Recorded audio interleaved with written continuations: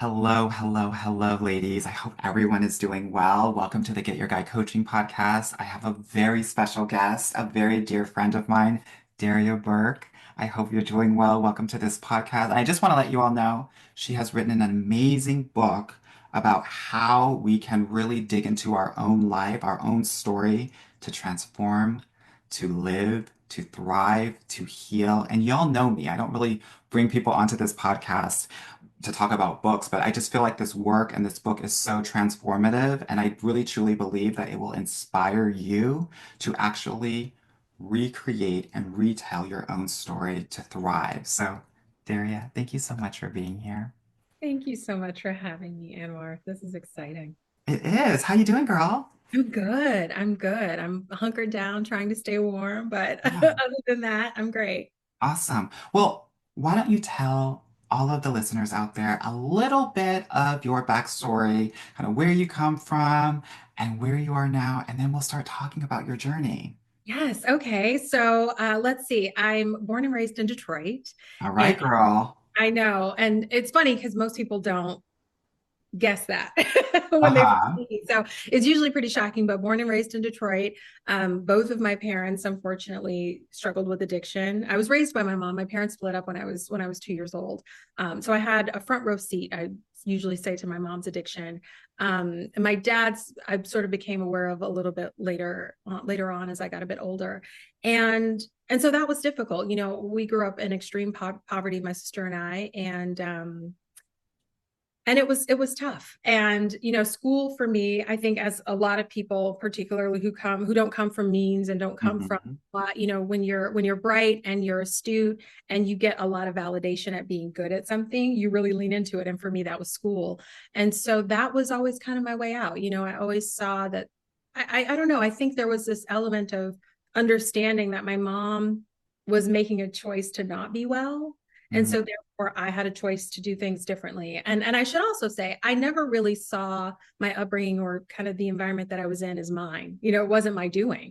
It Yeah. was circumstantial. And so I think it was also easy to imagine a world where there was this other life that was waiting for me. So I busted my butt through school. I went to college at the University of Michigan. I came out of university at 20.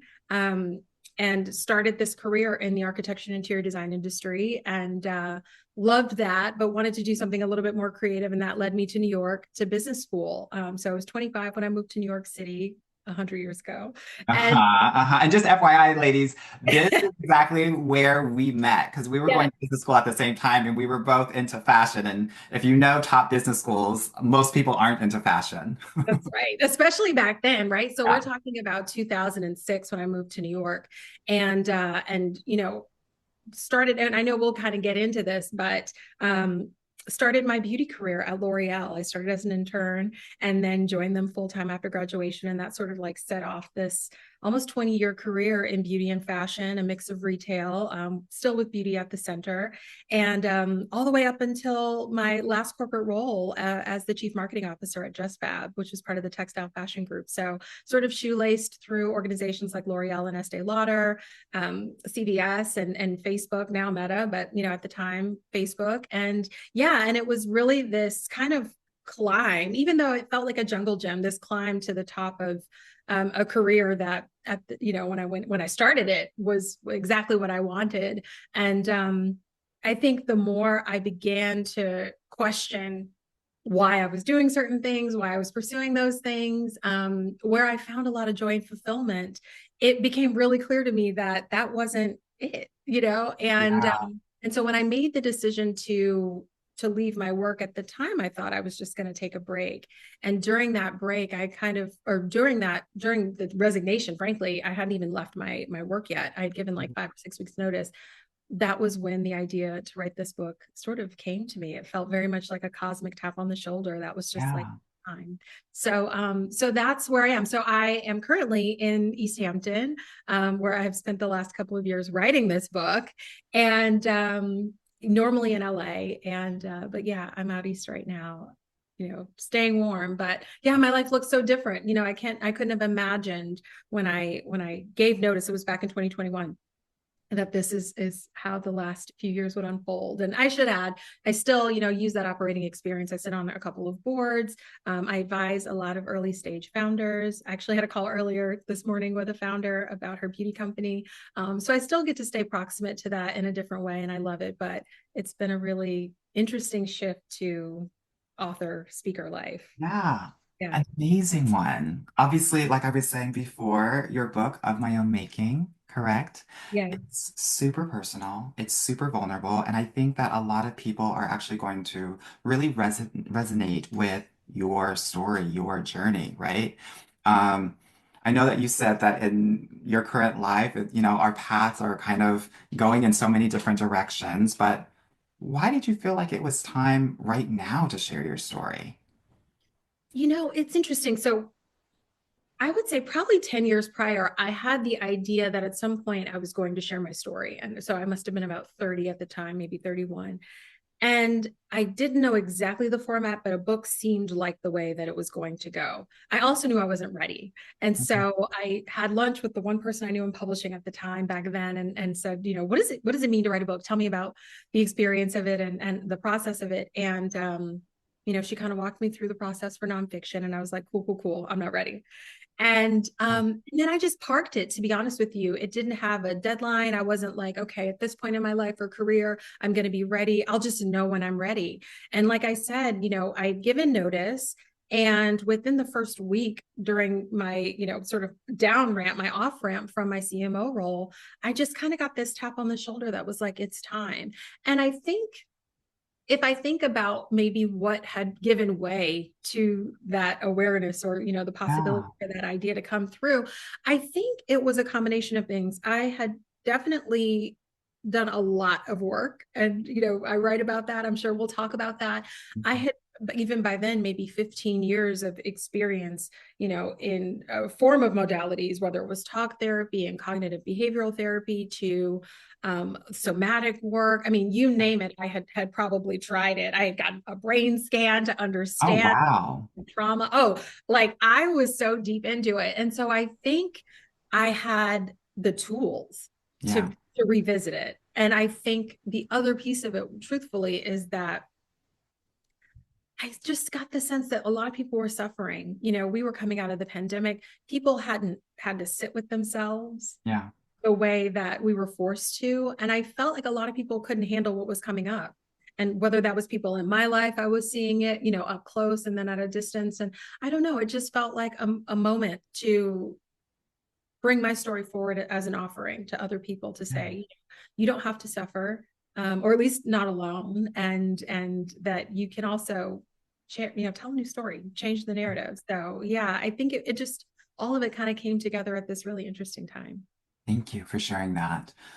You mentioned a bit about your parents being, having addiction issues. I will tell you, my dad was also a drug addict and actually spent time in prison. And I think that really deeply affects us and how we grow up. And, our kid brains will tell us that it's about us, right? Because that's the kid ego. And so I'd love to talk a little bit about kind of, and obviously you talk a bit about this in your book, but how do you transfer this experience to driving forward in your academic and like professional aspirations and ambitions? Like, how do you make that jump or that transition? Because there's so many of us out there that actually don't do that, right? And then also on the other extreme, like probably you and I, right? Maybe we're Mhm. overcompensating for certain things, right? So talk to me about your transition and journey from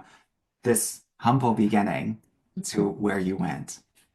It's funny. I actually think that I do think there tends to be one of two responses. My initial response, I think, was mostly out of fear. It Okay. came from a place of not of people not wanting people to find out. And Mhm. so, my mother's my earliest memories of my mother's addiction and her drugs of choice were really crack and cocaine. Mhm. And I would say probably age 7 is my earliest memory of it. And so at that time, it was just about making sure that people didn't observe what was going on, which meant not looking like I wasn't cared for. So I, put myself together every day and I went to school. My clothes were pressed. I learned to comb my hair. It was easier in a way, I think, to pretend that everything was fine in order to feel safe from potentially child protective services coming together. And my mom would threaten that. I mean, when she was angry, she would threaten if we said anything about, being upset with her behavior or anything, she would always say, well, you think it's better with me. Like if someone calls child protective services, they will split you up. You two won't even live together. If you wind up in a household where there's a man, he'll probably rape. I mean, she was very, very threatening with Hmm. that idea. So we knew it as an entity to fear. And so anybody who was a part of a system, was not to be trusted. And so I think it initially came from fear. It morphed into shame. I think when I was old enough to learn that, oh, other kids don't have this same problem. Other kids have parents that actually, make them snacks and, check their Yeah. homework and are there for them. And it was clear that there was something that, my mother was not like other mothers. So I think school was a way out. It was where I got information. My mother was a very bright woman. She graduated high school when she was 15. So I think being that came naturally to me to do well in school. And because it happened to also feel like a safe space where I was getting validated, I was like, oh, I'm just going to keep doing this. Yeah. By the time I was in middle school, I think that's when I knew, like, this is my way out. If there's a way out of this, it's going to be through school. It's going to be, going to college. It's going to be, doing the opposite of everything that I had seen. So it sort of evolved, I think, from what felt like core safety, Yeah. right, to a different kind of security and stability, and sort of reckoning with the ways in which you do that and not having a template or a blueprint. And so using school as kind of the way to do that, and then along the way, you sort of learn about business school and you're like, what's an MBA? And, you meet people, Right. give you these other nuggets of information, and kind of that feels obvious, like, okay, well, I'll just do that next. And Yeah. you kind of start checking off the boxes, but it really didn't start that way. I love that you named shame because I do think it's often happens like that where it's like fear turns to shame, and then that shame to like overachiever bridge is Oh, real. well, and PS, right? Like I was born on the third rail, so to speak, right? I grew up poor, Black, and female. And Mhm. so the world, there's no shortage of information that tells you that that is not the ideal It. setup. Right, right, right, right. That ain't it. So I think it was also ingrained, very subconsciously, like, be the right kind of Black girl, which Mhm.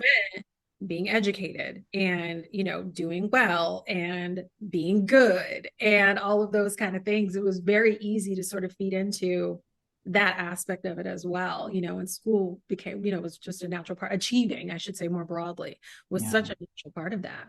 Yeah. That's why I love that you've written this book because there's a true power to storytelling and reframing our personal narratives, right? And to let go of that fear and that shame. What's been kind of the biggest shift that you've seen in your own story? I think integrating it, there was a long time where in my mind there was this other person that this happened to, Mm, and that the life that I was living now was the real life. And because I didn't let those two coexist, I was so detached from my feelings. I was afraid to feel my feelings. I was yeah. terrified that, like, if I allowed myself to look at it and really sort of take inventory of everything I had been through, like, that kind of neglect, that kind of abuse, that I wouldn't get up off the floor. I was like, I'm not going to be well. Yeah. So I think just owning it and recognizing that, like, that happened to you is a part of your story. It's a part of how you got here, and you get to decide what you do with that, but you can't pretend like it didn't exist. You have to sort of face it. And so I think being able to accept that I had the family that I had, the parents that I had the or didn't have, the Yeah. kid that wasn't there, and to be okay being sad about not having that. Because I Yeah. think the other thing is, like, well, that was a long time ago. I shouldn't feel sad about that.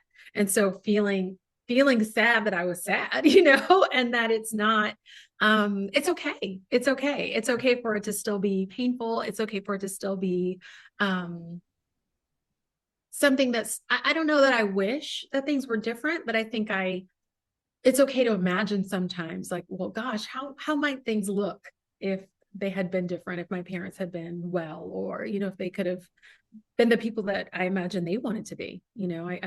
I can't fathom that their lives turned out the way that they wanted them to either. And so I think even that, it's a freedom, I think, that you feel when you can let those selves, sort of those multiple selves, coexist. And I think that's probably changed the most for me. I mean, we wouldn't be talking at all if I hadn't allowed for that to come, for that to come together, because Hmm. I never talked about it publicly.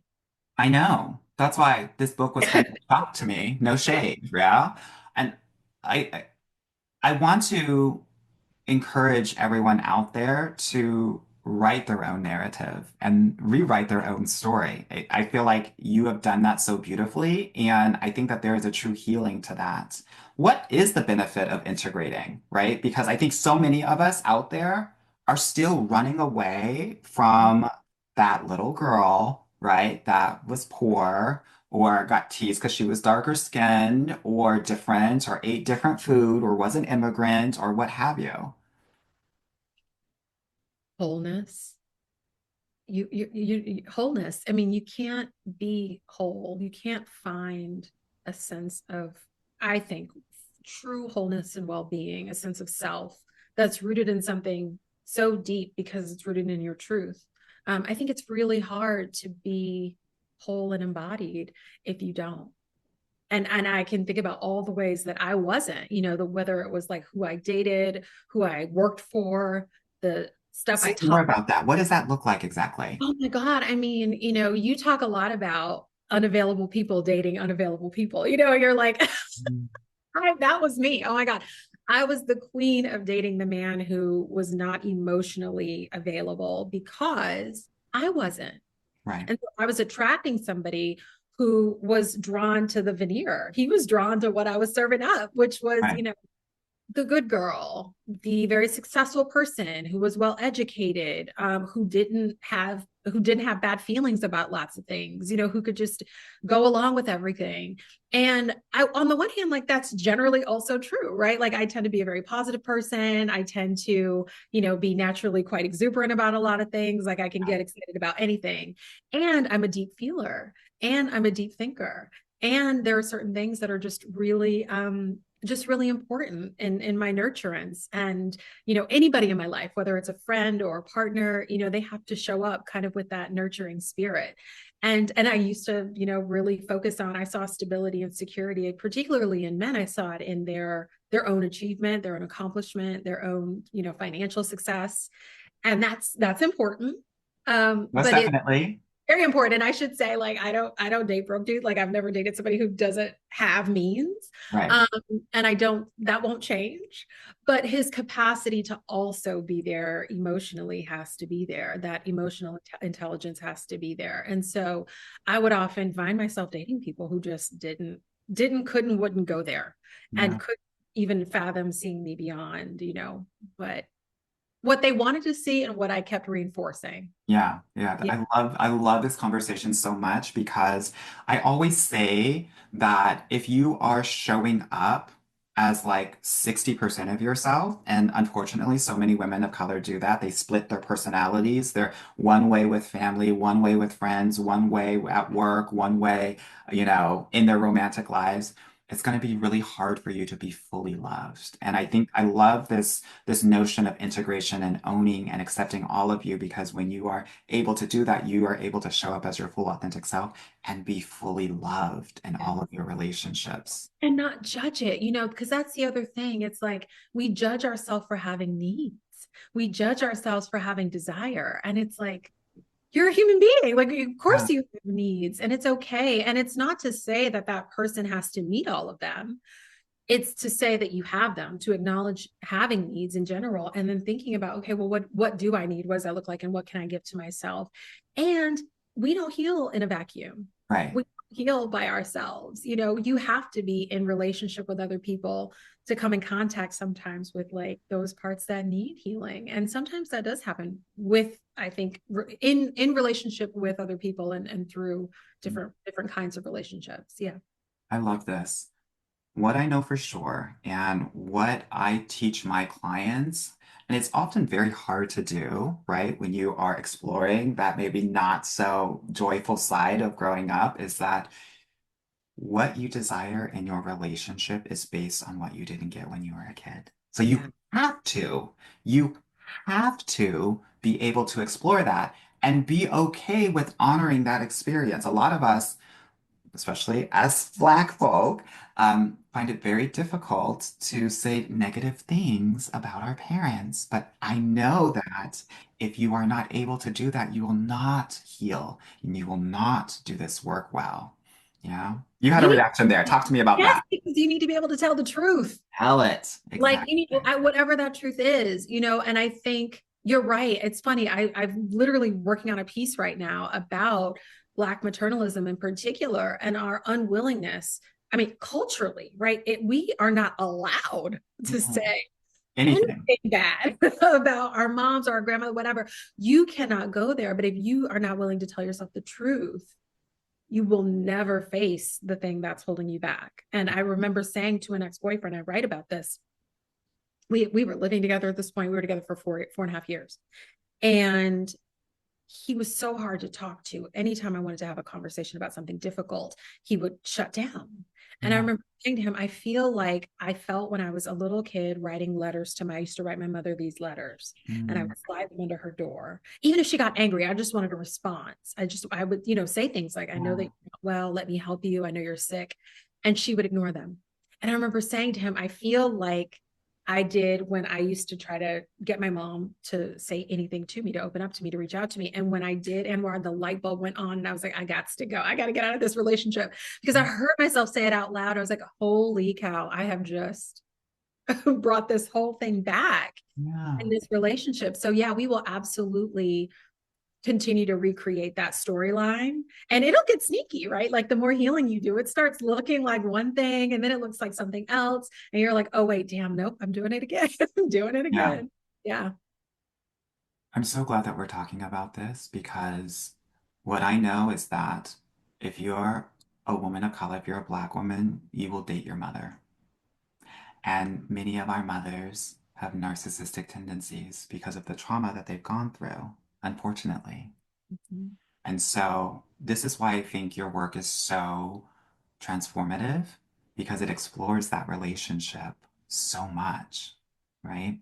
I know that obviously you talk about your mother's addiction, your grandmother's passing, and how they were defining moments for you early in your life.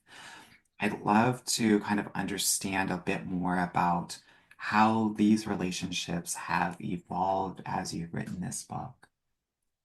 Well, I think I'll start with my grandmother because it's tempting to lionize her and revere her. And she was also a person, and she raised my mother, right? So she had some hand in my mother, and to some extent, I won't say how she turned out because I think that's our choice, but there was stuff there, and I didn't see it, and so I think it's very easy to just put this person on a pedestal, and I definitely, in some ways, I do. I think she was in many ways the caregiver that in those early years for me I really needed because my mom was so young, and frankly, I think I question how well my mother was even before my own awareness of her addiction. Yeah. So I imagine my grandmother her presence was in large part perhaps due to that need for us to have that kind of care. Uh, Hmm. and so I think my relationship with her has changed only in as much as I've allowed myself to make room for the fact that she wasn't a perfect mother either. Yeah. I Wow. don't know how, I don't know what that meant, but I know that for sure because none of us are perfect. And she had a family. So yeah, I mean, she was born in 1932 in Mississippi. And so she got married and at 15 had my first uncle when she was 15 years old. So by the time she was 20, she had 3 kids. Hmm. And then my mom came in her second marriage. And so, she was a bit older, late 20s when she had my mother, more of an adult, but like kind of just barely. Right. So there's no way she was a perfect mother. I think with my mom, we've been estranged for over 20 years. And so that hasn't changed throughout this process. I think and I And read, sorry to interrupt. Can I just say, yes, for yeah, anyone that's listening, that yes. is okay. Oh, That is absolutely. okay. And for many of us, we may have to do that. Yes. I mean, look, we can't heal in the same places we got sick. Yeah. And I think that I would have had capacity, I should say, I have the capacity to imagine a world where my mother and I could be in relationship one day and this is why we're not in relationship, because I can't live in an alternate reality where what happened to me as a kid didn't happen. And she has not, accepted that. And doesn't have to be as extreme as my case. There was a lot of neglect. I mean, there would be times when we were very young, she'd be gone for days at a time and she'd just sort of like leave us at home, you know and so there are extremes of like growing up with without running water or electricity or heat in the house or whatever. And then sometimes there are other behaviors that maybe aren't that form of abuse, but that for whatever reason and I'm talking to your audience now, right? Like you can't have a relationship with that parent or that person, and it's okay. Because if that person is not able to show up and actually say, yes, this happened. Yes, I'm sorry. I played a role in the pain that you feel, or, whatever it is that you feel like you're grappling with. If that person can't show up, then you don't have a relationship. Yeah. And so that alternate reality isn't one that I can live in. What I will say though, is that, and I got there before I wrote the book, but I think the book cemented the grief that I felt for my own childhood, I think was transmuted to grief for the life that she didn't have. Mm. I started to feel more grief that I didn't get to watch her become this incredible person and woman. And, that whatever dreams she had for herself, she didn't get to fulfill. And so, and I'm about the age now that she was when we became estranged. So it's hard to imagine not having a rich and full life and experience. And so that's sad. I think that's probably, if anything, changed the most for me is more of how the grief can look when you can really feel compassion for somebody else and not it doesn't mean that I don't feel it for myself, but I've grieved a lot of that Yeah. in ways. But I can now look at her own life and say, gosh, it's sad that she didn't get to have more. Yeah. Yeah. The way that I think about this while honoring that is also like, it's also as I think about my life or our lives and the opportunities that we get to have as well, like as you talk about that integration part and like all of that contributes to where you are now, it's like it often serves as a blessing as well. But I want to talk about the healing journey because this book is not just about right like what you've gone through, it's also about how you've healed. And I think you give such a great kind of a bit of a roadmap for people to like one inspire them to heal on their own, but also kind of how you've done it. I know that you learned a lot about psychology as well as neuroplasticity, and so I'd love for you to talk a little bit about that and like how that has helped you in your healing journey. Yeah, I think learning about neuroplasticity and epigenetics in particular gave And language. just let the girls know what all of that Yes, is, what but these if they don't mean. know. Yeah, so neuro is neuron, right? So it's in the brain, and it really speaks to our neural connections. And plasticity means malleability, changeability. And so neuroplasticity is really just the quality of the brain, that it can be changed, it can be altered. It is not static, it is mutable, it is dynamic. And as much as we, accumulate new experiences and we learn new things, our brains change to accommodate that new information. So that's really what neuroplasticity is and means and how it works. And by the way, pretty much for your entire life until you're into very old age. So it's never too late for that change to happen.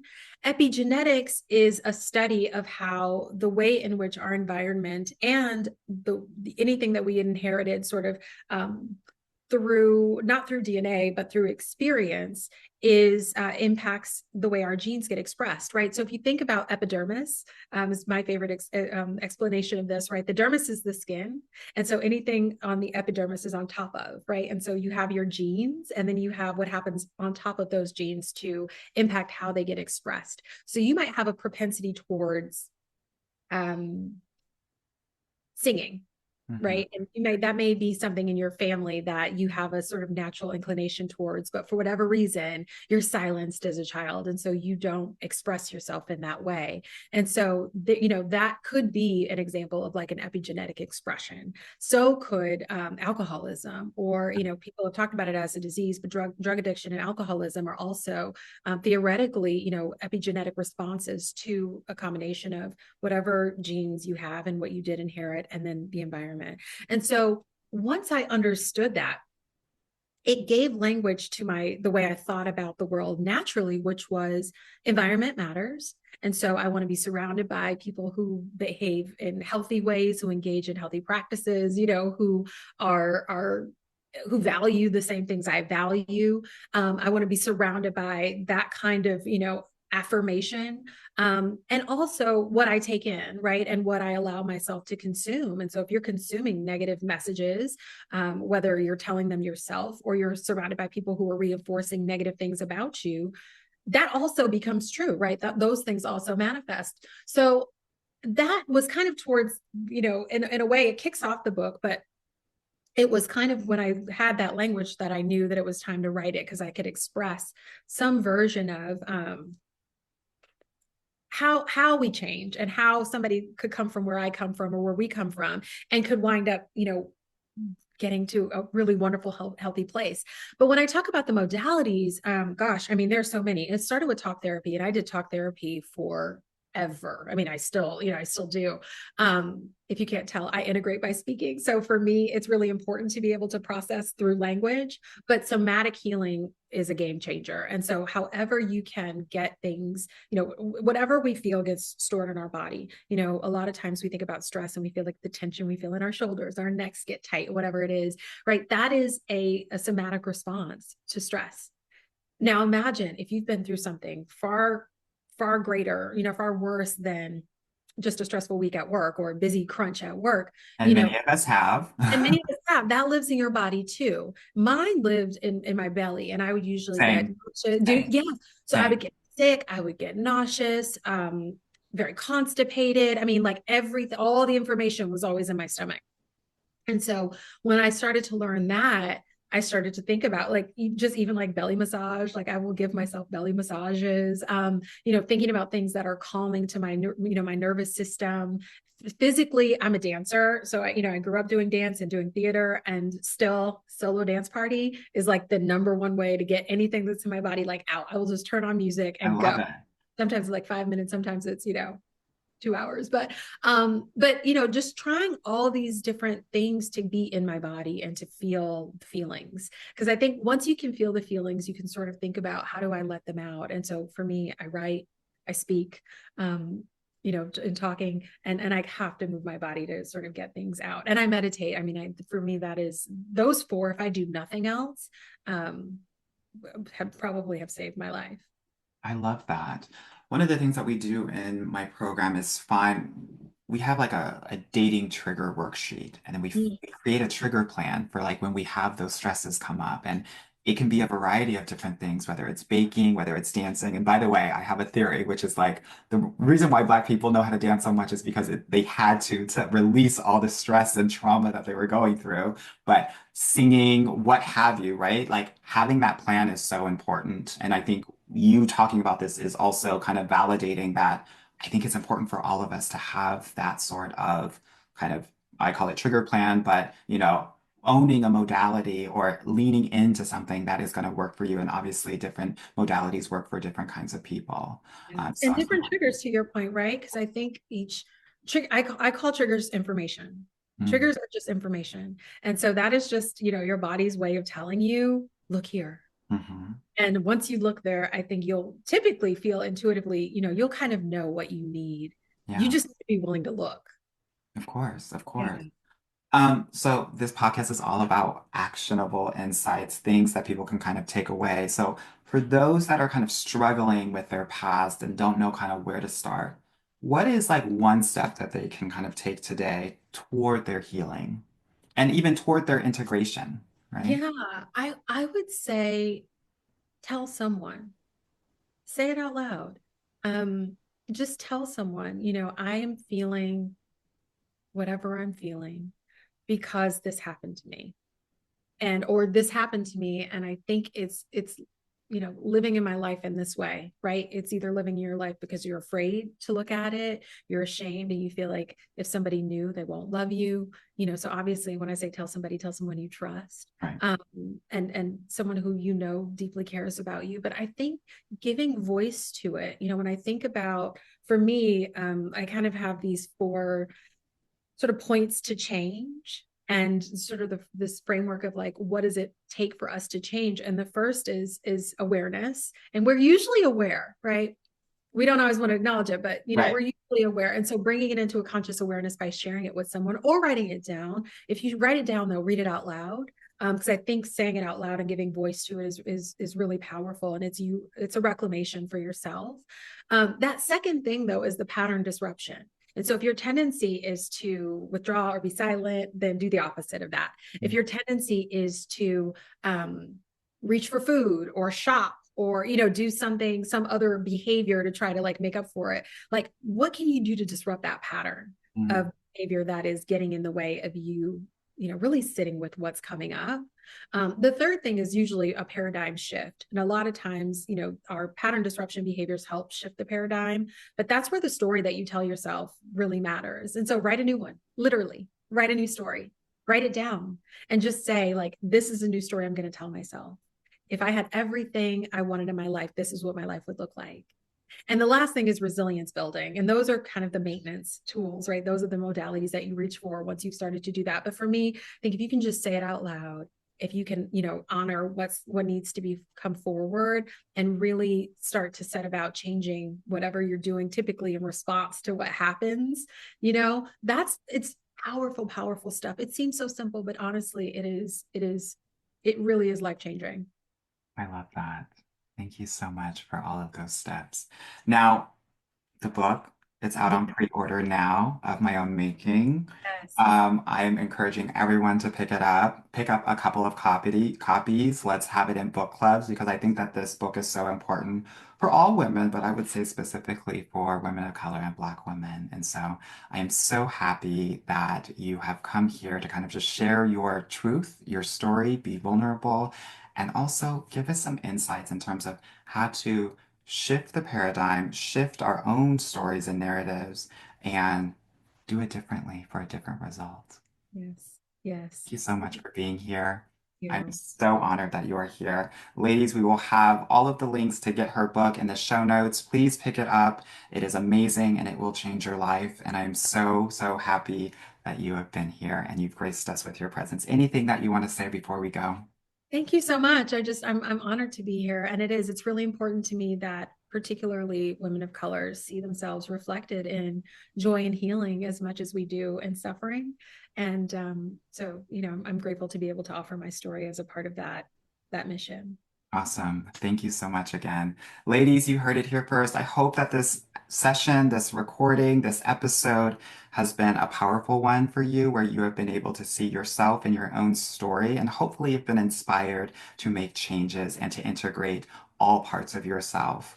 I look forward to hearing from you. Please DM us. We'll have all of our information in the show notes and let us know after you've read this book what's been your highest, your biggest takeaway and I look forward to reading about them. All right, ladies, until next time, bye bye.